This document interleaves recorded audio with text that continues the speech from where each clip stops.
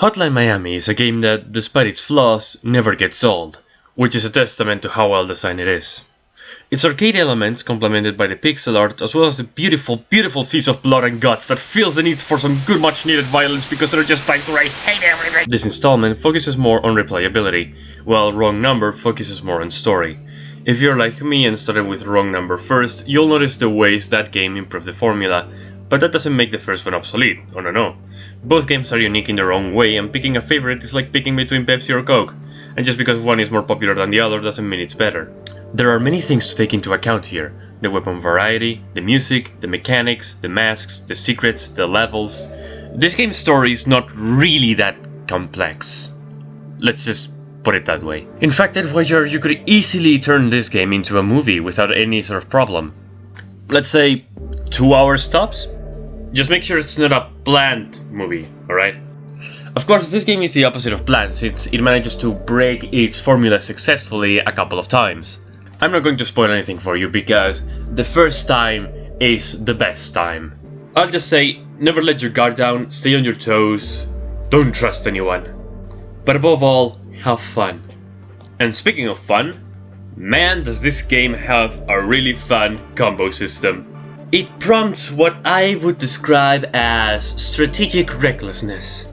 You have to think fast, so being able to throw something as you pick something else up at the same time is really helpful. Of course, you have to make sure you don't miss. Also, it helps to create a situation where you can dispatch the biggest amount of enemies in the least amount of time, as combos don't go on forever and you've got places to be.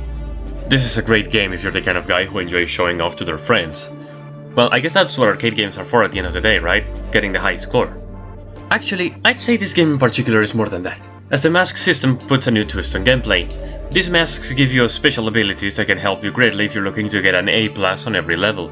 And depending on your playstyle, you'll find certain masks to be more suited for the job. You're not under any obligation to play the first one. I mean, you can play just the second one if you like. Okay? I won't judge you. That's what I did first, and honestly, it wasn't a bad experience. But I'd highly recommend playing the first one first, so that you can enjoy the second one better. Because if you're going to play the first one later anyway, it's not gonna be nice. It's not going to be a smooth transition. Your whole world is going to fall apart, because certain mechanics have been changed. This also happened to me with the Kingdom Hearts series, because I played Kingdom Hearts 2 before the first one, and then it was not pretty trying to play Kingdom Hearts 1.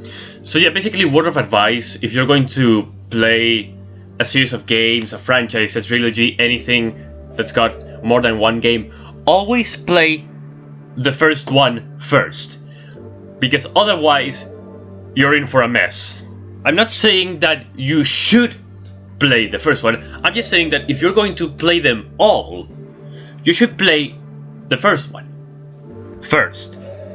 I mean, feel free to follow this advice or slap me in the face, because, I mean, it's your decision at the end of the day. I mean, I had a friend who decided to play Devil May Cry 3 before 1, and I kept telling him to play the first one first, and he kept telling me to piss off, so it's up to you. It's up to you. Anyway, that would be pretty much it. This game is a must-play if you enjoy games with a lot of action, and violence, and blood, and more violence. So yeah, play it. It's good. And you've got nothing to lose, I think.